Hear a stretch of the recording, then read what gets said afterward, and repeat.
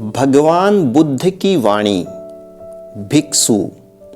इस जीवन में जिसने पाप और पुण्य दोनों का परित्याग कर दिया है, जो पवित्र है, जो इस संसार में विवेक युक्त होकर रहता है, वही वास्तविक रूप में भिक्षु कहा जाता है। झूठ बोलने वाला अनुशासनहीन व्यक्ति सिर मुंडाने से ही तपस्वी नहीं बन जाता। जो कामना और लोभ से भरा हुआ है, वह भला तपस्वी कैसे हो सकता है? जिसने छोटी बड़ी दोनों प्रकार की बुराइयों का दमन कर लिया है, उसे ही तपस्वी कहा जाता है, क्योंकि उसने सभी बुराइयों को पराजित किया है।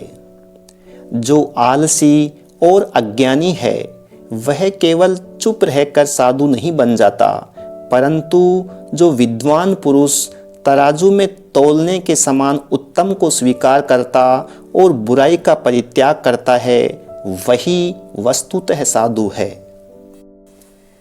इसलिए कोई भी व्यक्ति मात्र इस हेतु भिक्षु नहीं बन जाता कि वह दूसरों से भिक्षा मांगता है।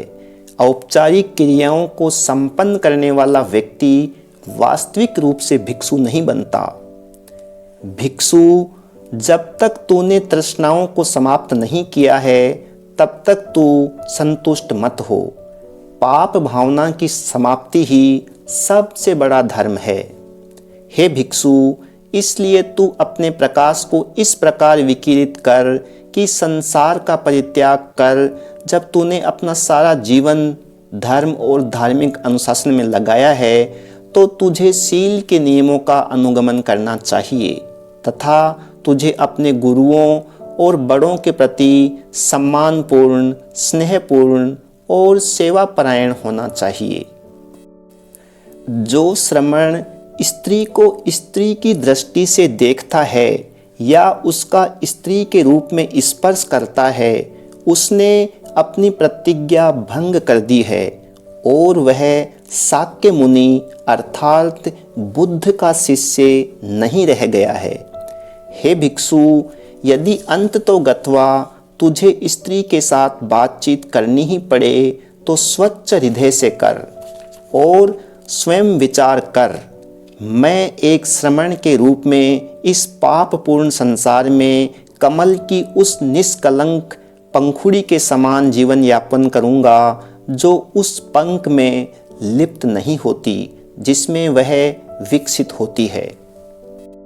यदि स्त्री वृद्धा हो तो उसे अपनी माता समझ, यदि युवा हो तो अपनी बहिन, और यदि बहुत छोटी हो तो उसे अपनी पुत्री मान।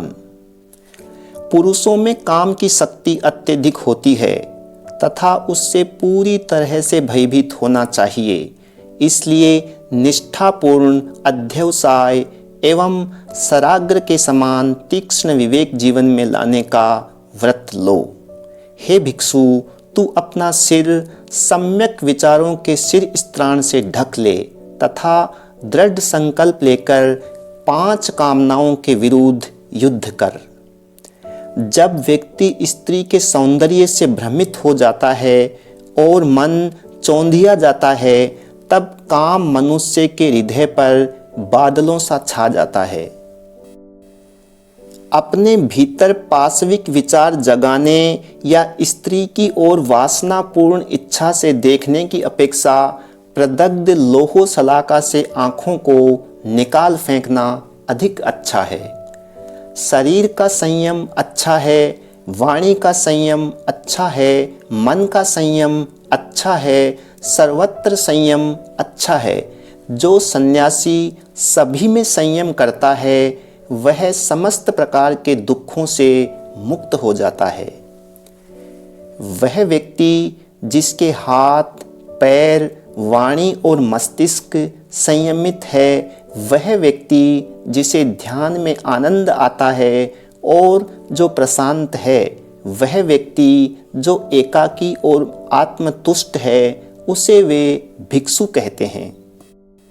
जिसका शरीर और मन के प्रति किसी भी प्रकार का मैं और मुझे का भाव नहीं है, जो उसके लिए शोक नहीं करता जो उसके पास नहीं है, वही विस्तृततः भिक्षु कहलाता है। जो भिक्षु एकांत स्थान में वास करता है, जिसने अपने मन को स्थिर कर लिया है, जो धर्म को स्पष्ट रूप से देखता है, वह मनुष्यों से परे के आनंद का उपभोग करता है। उसे अपने मार्ग में अपनत्वपूर्ण तथा व्यवहार में परिमार्जित होने दो। आनंद से भरकर वह दुख को समाप्त कर देगा। जिस प्रकार चंपक की लता अपने मुरझाए हुए फूलों को बिखरा देती है, वैसे ही हे भिक्षुओं, तुम्हें काम और द्वेष को समग्र रूप से बिखरा देना चाहिए। जो भिक्षु अत्यंत अल्पावस्था में बुद्ध के उपदेशों में स्वयं को समर्पित कर देता है, वह इस संसार को ठीक वैसे ही आलोकित करता है जैसे बादलों से मुक्त चंद्रमा। जैसे कुश को गलत ढंग से पकड़ने से हथेली कट जाती है, उसी प्रकार यदि वीतरागी जीवन त्रुटिपूर्ण ढंग से बिताया जाए तो वह व्यक्ति को नरक में धकेल देता है। वे साधु जो हानि रहित हैं, जिनका शरीर सदैव संयमित है, मृत्युहीन स्थिति को प्राप्त करते हैं, जहाँ जाकर वे कभी शोक नहीं करते।